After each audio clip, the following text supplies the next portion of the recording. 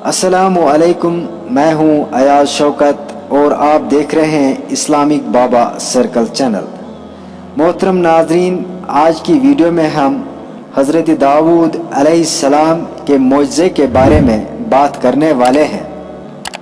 محترم ناظرین، آج کا جو ویڈیو ہے یہ بہت ہی انتہائی دلچسپ اور عجیب واقعہ ہے۔ محترم ناظرین، اس ویڈیو کو ضرور اینڈ تک سنے گا۔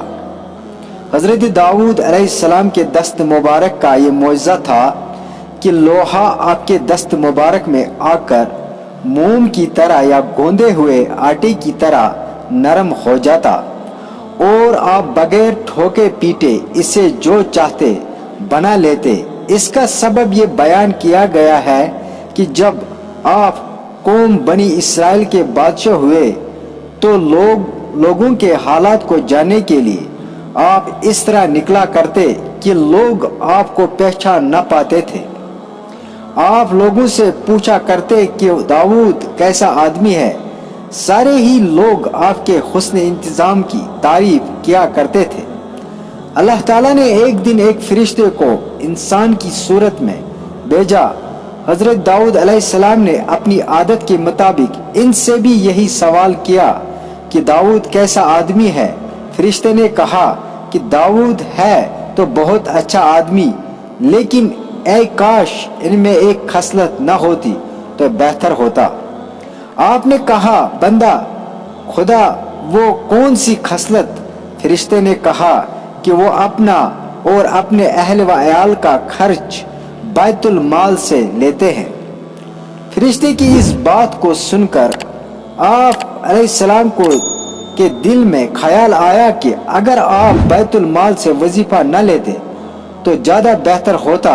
آپ نے بارگاہ خداوندی میں دعا کی کہ ان کے لیے کوئی ایسا سبب کر دے جس سے آپ اپنے بال بچوں کا خرچ پورا کر سکے اور بیت المال یعنی شاہی خزانہ سے بے نیازی ہو جائے۔ اللہ تعالیٰ نے آپ کی دعا قبول فرمائی، آپ کے لیے لوہے کو نرم کر دیا اور آپ کو ذرا بنانے کا علم دیا۔ سب سے پہلے ذرا بنانے والے آپ ہی ہیں۔ آپ روزانہ ایک ذرا بنایا کرتے اور اس کو فروخت کر کے اپنے اہل و عیال کو خرچ پورا کرتے اور فقیر و مسکین پر صدقہ بھی کرتے۔ آپ کا ایک معجزہ یہ بھی ہے کہ اللہ تعالیٰ نے پہاڑوں اور پرندوں کو آپ کے ساتھ تسبیح کرنے کا حکم دیا، چنانچہ جب آپ تسبیح کرتے تو پہاڑوں سے بھی تسبیح سنی جاتی۔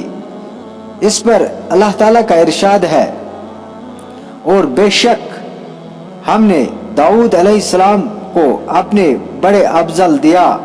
اے پہاڑوں اس کے ساتھ اللہ کی طرح رجوع کرو، اور اے پرندوں ہم نے اس کے لیے لوہا نرم کیا کہ وسیع ذرا ہے، بنا لے اور بنانے میں اندازے کا لحاظ رکھ، اور تم سب نیکی کرو، بے شک تمہارا کام دیکھ رہا ہوں۔